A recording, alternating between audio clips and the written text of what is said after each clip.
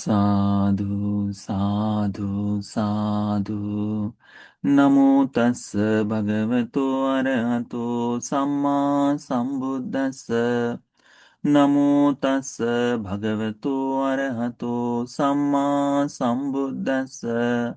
नमो तस् भगवतो अरहतो सम्मा संबुद्धस्स। साधु साधु साधु। पूजनीय कल्याण मित्र गुरुभंती जी को हमारा प्रणाम है। साधु साधु साधु। श्रद्धावान उपासक उपासिकागण, आज हम लोग अभ्यास करेंगे सगाथा सूत्र का। ठीक है।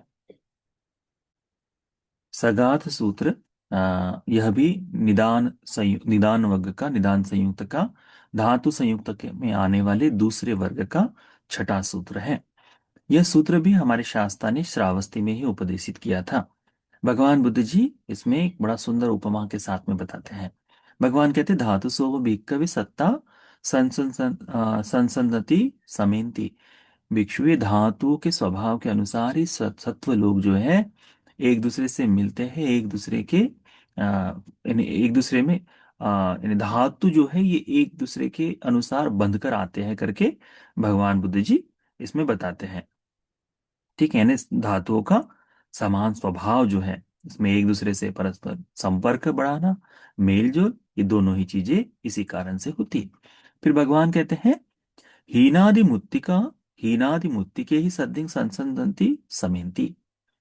हीन गुण स्वभाव वाले सत्व, हीन गुण स्वभाव वाले सत्वों के साथ ही परस्पर मेलजोल बढ़ाते हैं या फिर इकट्ठा होते हैं। ठीक है। अतीत में भी इसी प्रकार से हुआ है। यानी यह जो है कि हीन गुण स्वभाव हो और श्रेष्ठ गुण स्वभाव के साथ में मेलजोल बढ़ा है, परस्पर संबंध हो, ये नहीं हो सकता। हीन स्वभाव के लोग हीन स्वभाव के साथ ही इकट्ठा होते हैं। अनागतम भी, भविष्य में भी यदि हो तब भी हीन स्वभाव के गुणधर्म वाले लोग हीन स्वभाव के गुणधर्मों से ही, इसी धातु स्वभाव से ही इकट्ठा होते हैं। आज जिस प्रकार से पच्चुपन्न वर्तमान में भी इसी प्रकार से धातुओं का जो एक भाग है वह जैसा हीन हो, उसी हीन धातुओं का हीन धातुओं से ही संपर्क होता है करके भगवान कहते हैं। इसकी एक उपमा देते हैं, उदाहरण देते हैं। भगवान कहते हैं सेयथापि, इसी तरह इसे समझो जैसे गूथो गूथे न संसंदंती समेंती। अशुचि जो है अशुचि के साथ में संबंधित होती है। मूत्रं मूत्तेन संसंदंती समेंती। मूत्र जो है वह मूत्र के साथ ही समान भाव, समान रंग रूप आदि से इकट्ठा होता है। वैसा ही खेलो खेले न संसंदंती समेंती। मुंह से जो थूक जो किस कहते हैं हम, थूक भी थूक के साथ ही समान भाव से दिखती है। पुब्बो पुब्बे न संसंदंती समेंती। हमारे शरीर में कहीं व्रण हो जाए, घाव हो जाए तो उसमें से पीप बहता है, मवाद जिसे कहते हैं ना।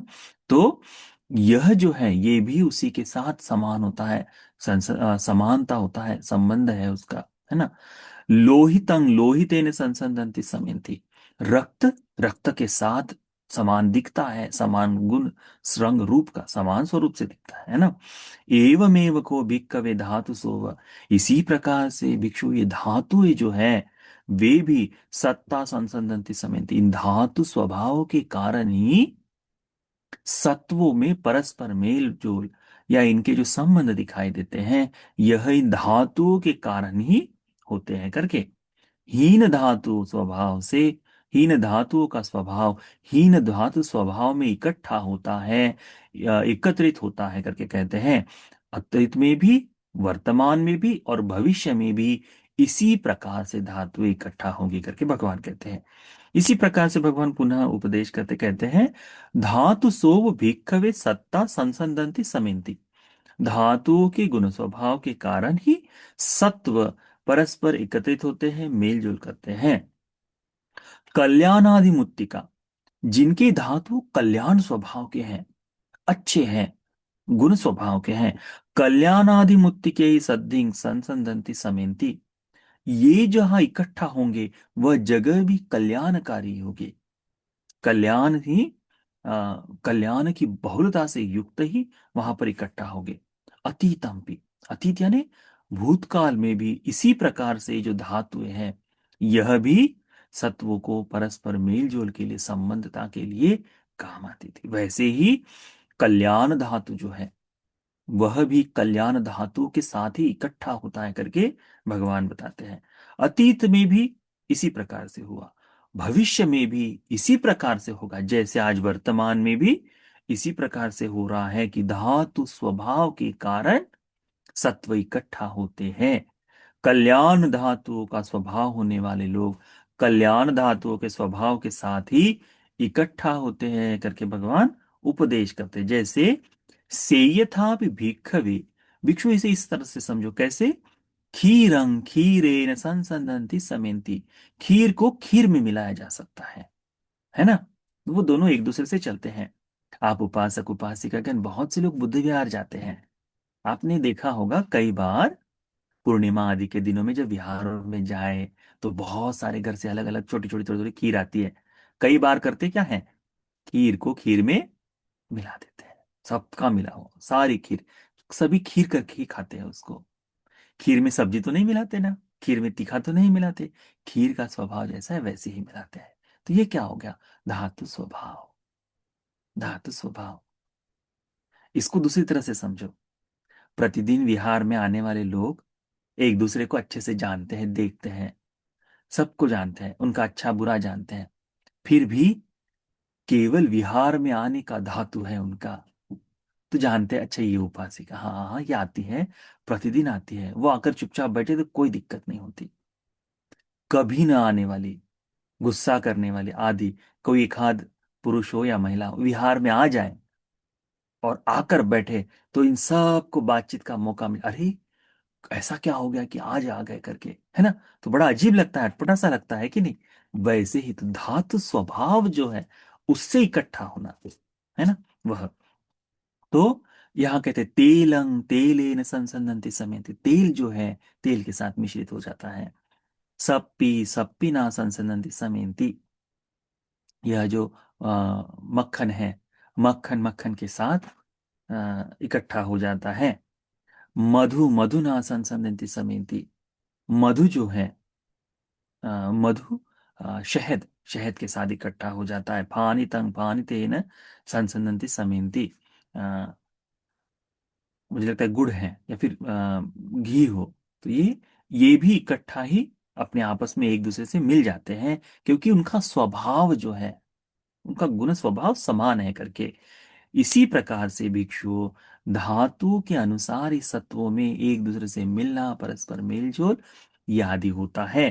गुण स्वभाव के लोग कल्याण धातु गुण स्वभाव के लोगों से इकट्ठा होते हैं। अतीत में भी, भूतकाल में भी कल्याण धातु स्वभाव के लोग कल्याण धातु स्वभाव के साथ ही इकट्ठा हुए हैं। भविष्य में भी कल्याण धातुओं के स्वभाव वाले लोग ही कल्याण धातुओं के स्वभाव के साथ ही इकट्ठा होंगे। आज जैसे वर्तमान में भी कल्याण धातुओं के स्वभाव वाले कल्याण धातुओं के साथ में इकट्ठा हो रहे हैं, एकत्रित हो रहे हैं। यह बात भगवान बुद्ध जी उपदेशित करते हैं। साथ साथ में भगवान ये भी कहते हैं, इदम वोच भगवा इदं वत्वा सुखतो अथा परं एतद वोच सत्ता। इदम वोच भगवा ने भगवान ने ये कहा, इदं वत्वान सुगतो, यह कहने के पश्चात अथा परं एतद वोच सत्ता, तथागत ने ये भी कहा करके। क्या कहते हैं भगवान? संसर्गा वनतो जातो असंसर्गेन छिज्जति, परितं दारुमारय्य सदा यदा यथा सीदे महन्नवे, एवं कुसितमागम साधु जीवीपि सीदति, तस्मातं परिवज्येयं कुसितं हीन वीर्यं, अविवित्ते ही आर्ये ही पही तत्ते ही झाई ही, नीचं आरद वीर्ये ही पंडिते ही सहावसे। इसका बड़ा सुंदर अर्थ भगवान कहते हैं। भगवान कहते हैं कि ये जो है कि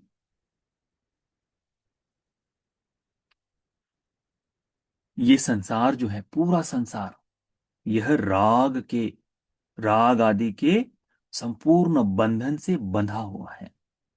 जहां जहां देखो, आ, विशुद्धि मार्ग की पहली गाथा आरंभ होती है, अंतो जटा बही जटा करके। ये जो अंतो जटा है, अंदर में बांधी हुई बंधने हैं, बाहर की बांधी हुई बंधने हैं, यही, इन्हीं संपूर्ण बंधनों से, इन्हीं संपूर्ण जंजाल से ये ये पूरा संसार बना हुआ है। इसमें अलिप्त रहते हुए, असंसर्ग, इसके साथ इकट्ठा न होते हुए ही इन बंधनों को काटा जा सकता है। भिक्षु, अरहंत, भगवान, ये लोग क्या करते थे? इसी समाज में रहते हुए, इसी धर्म का अभ्यास करते हुए, इसी संपूर्ण, इनसे अलिप्त रहते हुए, इनमें कहीं एक दूसरे से न मिलते हुए, इनसे अलिप्त रहते हुए जीवन यापन कर कर अपने सारे बंधनों को काटे हैं, है ना।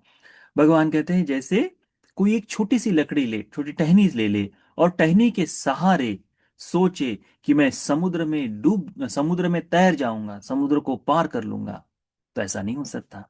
छोटी टहनी के कारण वह डूब जाएगा, है ना। इसी तरह से भगवान कहते हैं कि आलसी आलसी व्यक्ति के साथ, निकम्मे आदमी के साथ रहने वाला गुणवान व्यक्ति भी धीरे धीरे, धीरे धीरे अपने धर्म की हानि कर लेता है। होता है ना, घर में कोढ़ी हो तो दूसरे के साथ, कोढ़ी यानी घर में कोई आलसी हो तो उसके साथ आलस से दूसरों को भी आना शुरू हो जाता है धीरे धीरे। वो होता ही होता है। तो ऐसा भगवान कहते हैं कि वो जो है वो भी इस भवसागर में डूब जाता है करके। इसीलिए ऐसे में करना चाहिए कि क्योंकि ये जो आलसी आदमी है ना, ये अपना सारा काम टालते रहता है कि ये नहीं, वो नहीं, वो नहीं, वो नहीं।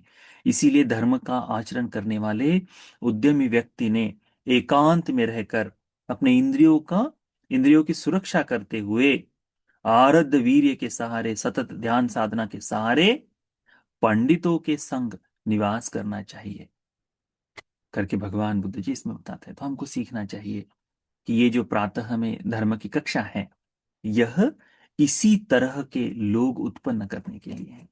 तो इन आलस्य को त्याग कर, इंद्रियों को एकाग्र करते हुए, सतत उद्योग के साथ धर्म का अभ्यास करते रहने के लिए, धातुओं के स्वभाव को अच्छी तरह से जानकर, धातुओं के स्वभाव को अच्छी तरह से समझकर, कुशल धातुओं की और कल्याण धातुओं के चित्त को जगाते हुए, हमें इस संसार दुख से मुक्त होने के लिए यह सूत्र का उपदेश उपकारी हो जाए।